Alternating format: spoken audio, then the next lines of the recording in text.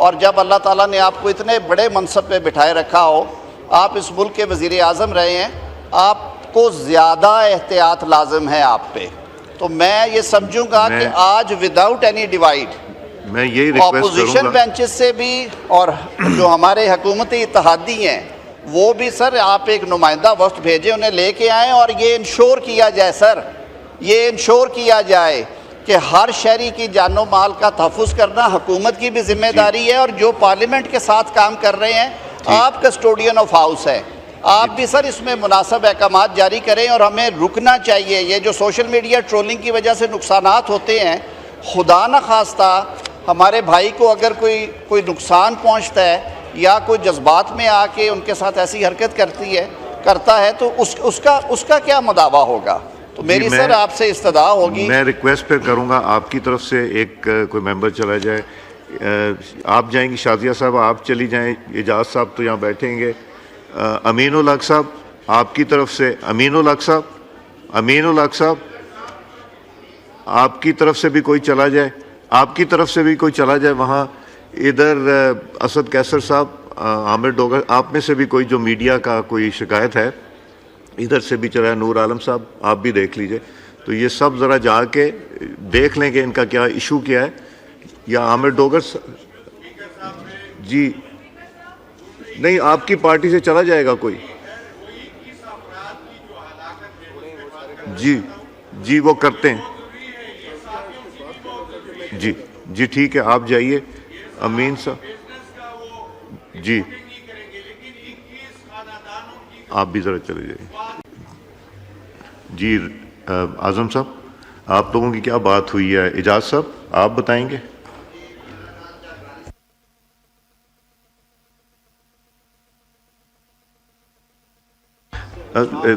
جی اعجاز صاحب. Thank you sir. آپ کے حکم پہ ہم لوگ گئے تھے. میری ریکویسٹ پہ سر چیئر کی طرف سے حکم ہوتا ہے. ریکویسٹ. تو آپ کے حکم پہ ہم گئے تھے اور ہم نے ان سے تفصیلی بات کی.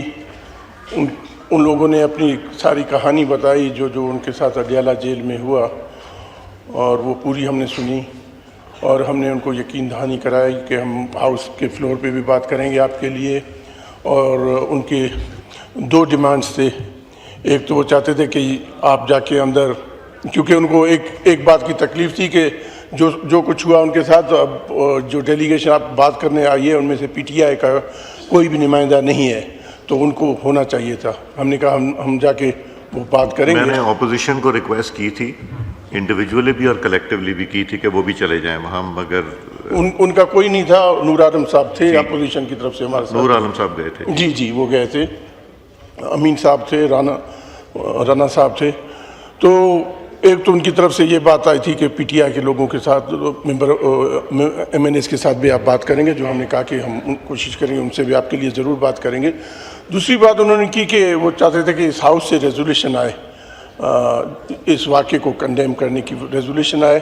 اور تیسری بات، ایک کراچی میں صحافی اینکر پرسن امتیاز میر کو قتل کیا گیا. وہ چاہتے تھے کہ اس کے لیے بھی سندھ گورنمنٹ کوئی انویسٹیگیشن کرے یا انکوائری ہائی لیول کی کرائے. وہ بھی میں نے ان کو یقین دہانی کرایا کہ سندھ گورنمنٹ کی طرف سے ہم ضرور کریں گے. اور جہاں تک ریزولوشن کی بات ہوئی، ہم نے ریزولوشن بنایا بھی ہے اور وہ پیش بھی کریں گے. اور یہ باتیں ہوئی، اور انہوں نے کہا جب آپ لوگ بات کریں گے ہم ہاؤس میں واپس آ جائیں گے بیک یارڈ ختم. جی امین الحق صاحب. جناب والا، گزشتہ دنوں جو اڈیالہ جیل میں واقعہ پیش آیا، ایک سیاسی پارٹی کی طرف سے صحافیوں کو دھمکی دینے کی کوشش کی گئی، نازیبہ الفاظ استعمال کیے گئے. اور نہ صرف یہ کہ دھمکی دی گئی، بلکہ اس کی فوری بعد ہم نے کیا دیکھا کہ سوشل میڈیا پہ، ڈیجیٹل میڈیا پر ان کی ٹرولنگ شروع کر دی جاتی ہے. ان کے گھر کے پتہ معلوم کرنے کی کوشش کی جاتی ہے، ان کے گھر والوں کو دھمکیاں دی جاتی ہیں. میرا خیال ہے کہ یہ ایک اچھا عمل نہیں ہے.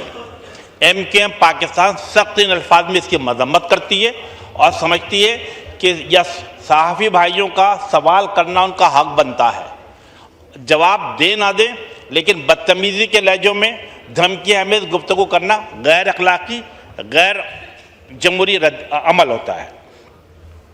میں سمجھتا ہوں ایم کیو ایم پاکستان آزادی صحافت کے ساتھ کھڑی ہے، اپنے صحافی بھائیوں کے ساتھ کھڑی ہے۔ جو واقعہ میں سمجھتا ہوں کہ P R a, P if you a, press club اور یو جیز، یہ 4 ایسے ستون ہیں جو صحافیوں کو مختلف فورم پہ ریپریزنٹ کرتے ہیں۔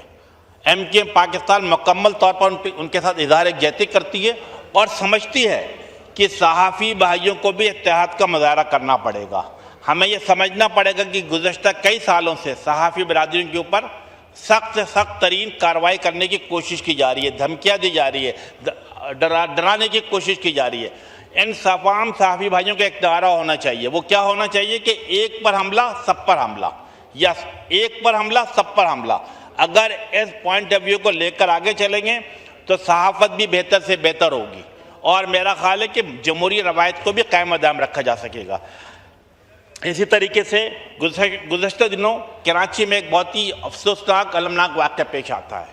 میٹرو ٹی وی کے اینکر امتیاز میر کو قتل کر دیا جاتا ہے۔ نہ صرف ایم کیو ایم پاکستان بلکہ پورا ایوان اس کی مذمت کرتا اور مطالبہ کرتا ہے کہ قاتلوں کو فوری طور پر گرفتار کیا جائے۔